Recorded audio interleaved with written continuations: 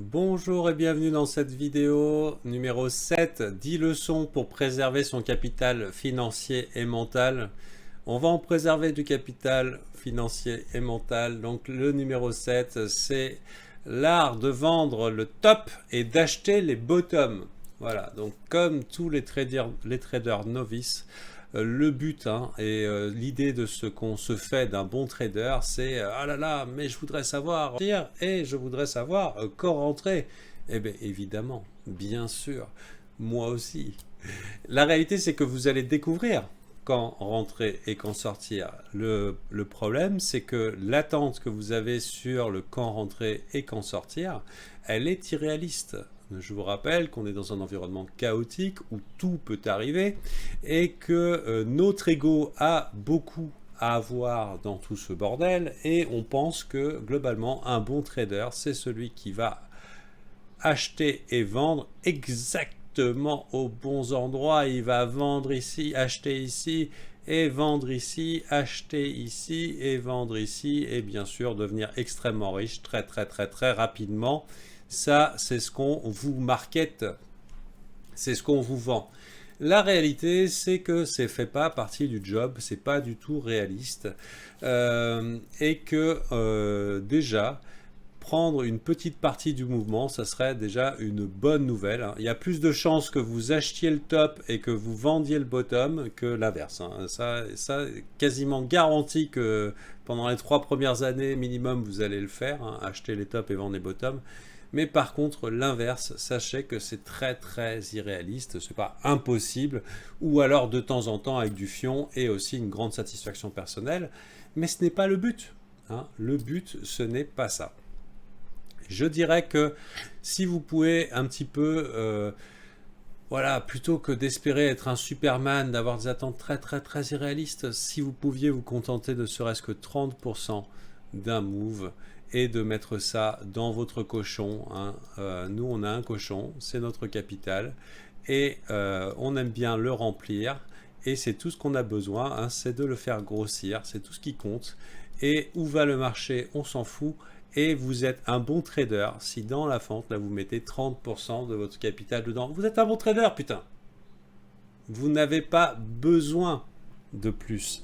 Et malheureusement, ceux qui vont vouloir tirer sur la corde, ceux qui vont vouloir aller plus loin, ceux qui disent ah putain j'ai acheté là, j'ai pris profit, ah mais si j'avais, je vais racheter là et tout, finalement se retrouvent coincés et vont faire une multitude de conneries alors que la portion leur a été offerte.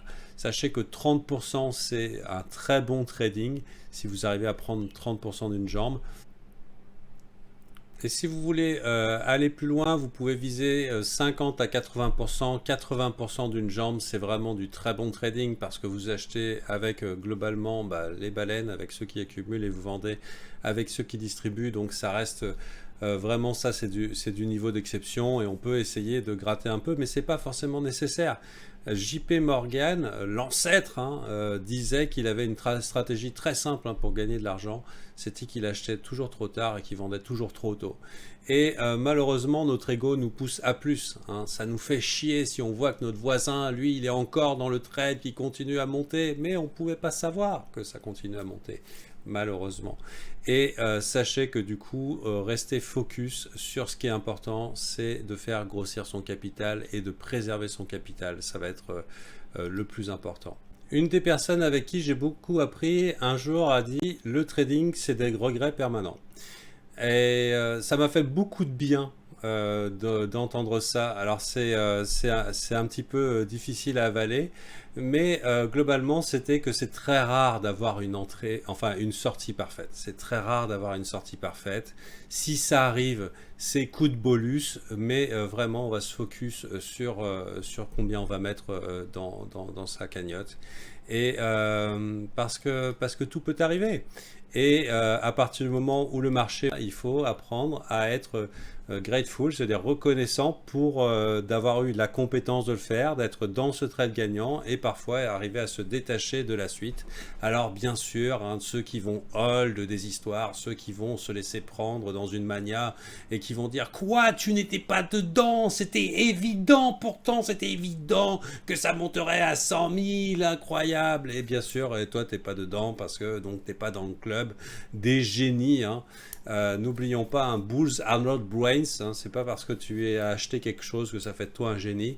Ce qui va faire de toi un trader rentable sur la durée, c'est pas cet effet de mania, c'est pas cet effet de foule, de dire on est tous copains de bagues et qu'on a tous les mêmes et qu'on est tous récompensés de la même façon.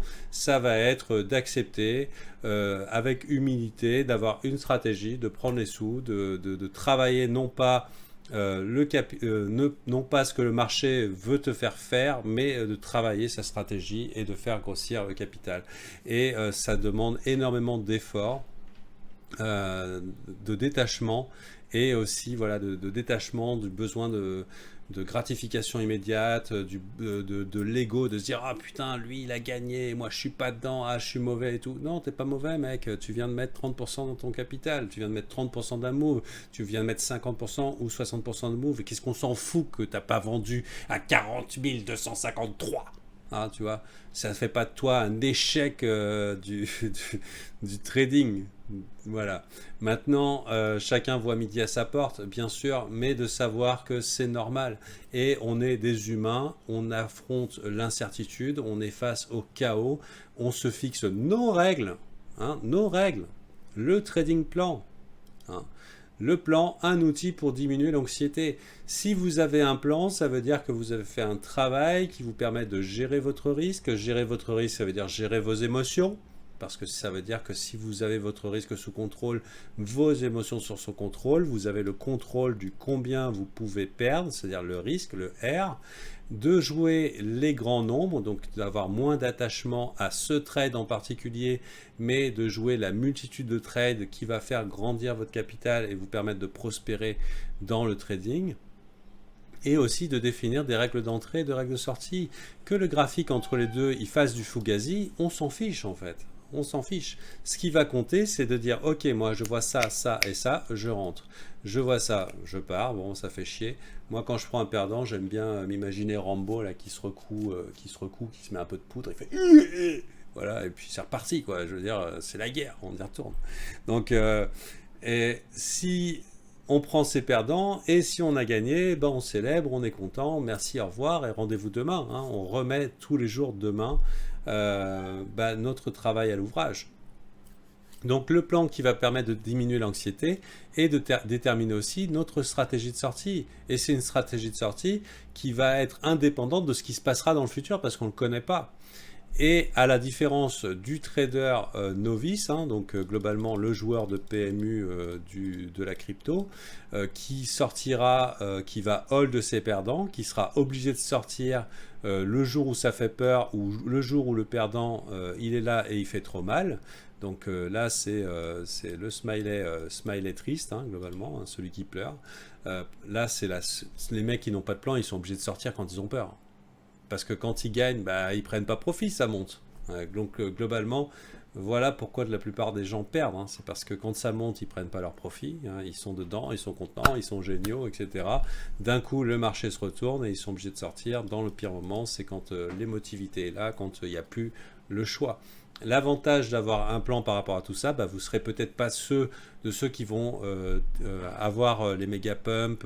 Voilà. Donc après, ça peut se travailler. Hein. Vous pouvez améliorer la portion que vous pourrez prendre sur les marchés, mais sachez que tant que vous prenez une portion et tant que vous bossez votre contrôle du risque et mettre petit à petit des sous dans votre capital, vous êtes déjà parmi les gagnants, vous êtes déjà parmi ceux qui vont faire beaucoup mieux, vous êtes déjà dans les 90% de ceux qui survivront dans les marchés.